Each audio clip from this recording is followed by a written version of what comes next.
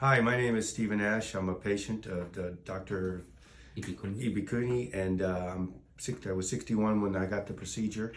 I tell all my friends that the thing I'm the most upset about is I didn't do this a year or two ago, because I've been living with what I found out was stage 4 hemorrhoids for like 2 or 3 years, and I was pretty miserable. And I found out about this laser procedure through his office, and I told my father this morning that had I known I would have had this outcome, I would have paid 2 or 3 times the price, because I was so miserable with these hemorrhoids.